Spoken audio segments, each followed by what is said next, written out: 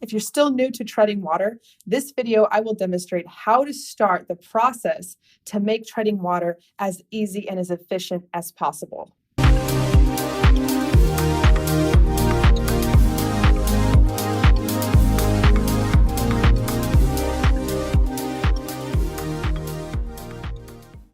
Hey everyone, welcome back to the Swim Vice channel. I'm Coach Mandy, and in this video, I'll be breaking down some steps and strategies to help you begin and start the process of learning how to tread water, both with just sculling and also with egg beater. So keep watching. Of course, before I get started, if you're new to this channel, don't forget to hit the subscribe button at the bottom right-hand corner.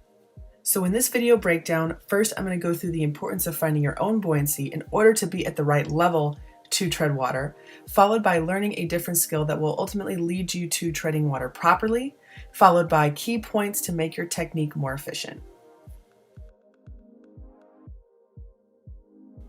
So I showed this demo in an earlier video, but I want to go through this again because in this buoyancy test, I'm tucking myself into a ball and holding my air back without exhaling. What this is going to do is help you discover exactly how much air you need to have in your lungs in order to stay at the surface of the water. If you don't, that means that you're not fully taking in enough air in order to maximize this buoyancy level. So go through this in a shallow pool so you start to understand how much air you really need.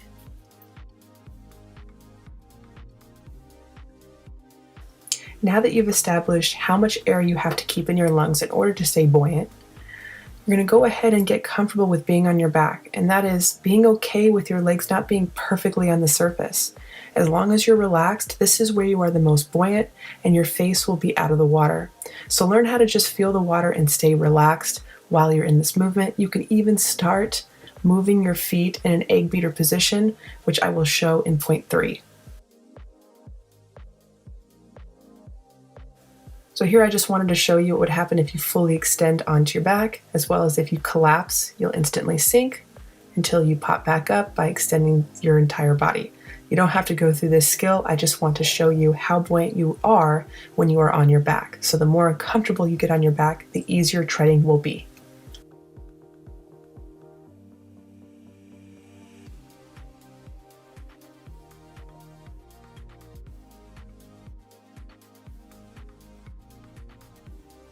Okay, so paying attention to the feet is first you want to keep your feet as flat as possible, and with your right foot or your right heel, you want to drive in a counterclockwise circle. At the same time, your left foot or left heel is going to be driving in a clockwise circle, so it's making almost a figure 8 with your heels or your feet. And at the same time, you're just feeling the water side to side with your arms or your hands. As long as your elbows are completely out and your knees are wider, the easier treading will be. If you keep your knees as close to your chest as possible, also it will be much easier to tread. I also want to make note that in order to keep my face out of the water right now, I have taken an inhale of air and I'm not exhaling my air. I'm keeping my air in my lungs because I know my buoyancy level is to keep at least 50% of air in my lungs at all times.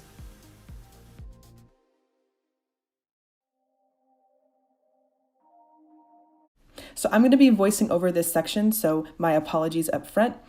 Now, what I'm doing here is you can see that my legs are moving in that circular motion, and right here I'm explaining how I have to keep air in my lungs at all times in order to stay elevated. But it's okay when you start to exhale and being comfortable with letting it go. So right now I'm sinking because I've exhaled my air. I pop back up and I take another inhale. I can still talk while having that air in my lungs, but I'm explaining here to be perfectly okay with that little bit of sinking, as you will pop up again by just sculling your arms a little bit more. Right here, I am bending my knees with absolutely no egg beater. I'm just sculling my arms side to side with my arms wide open, and this is what's supporting me to keep my head out of water. If you keep your knees closer together and just kind of extend your legs onto your back to get more comfortable, this will help you as well, and being perfectly okay with your legs slightly sinking and kind of going through that egg beater motion. You don't need to be perfectly on the surface and being perfectly okay with being relaxed. As long as you're sculling your arms side to side and not in a frantic manner, but relaxed, just feeling the water and being comfortable with it is the easiest part to start first, and keeping your knees as close to your body as possible. The more vertical they are, the harder it is.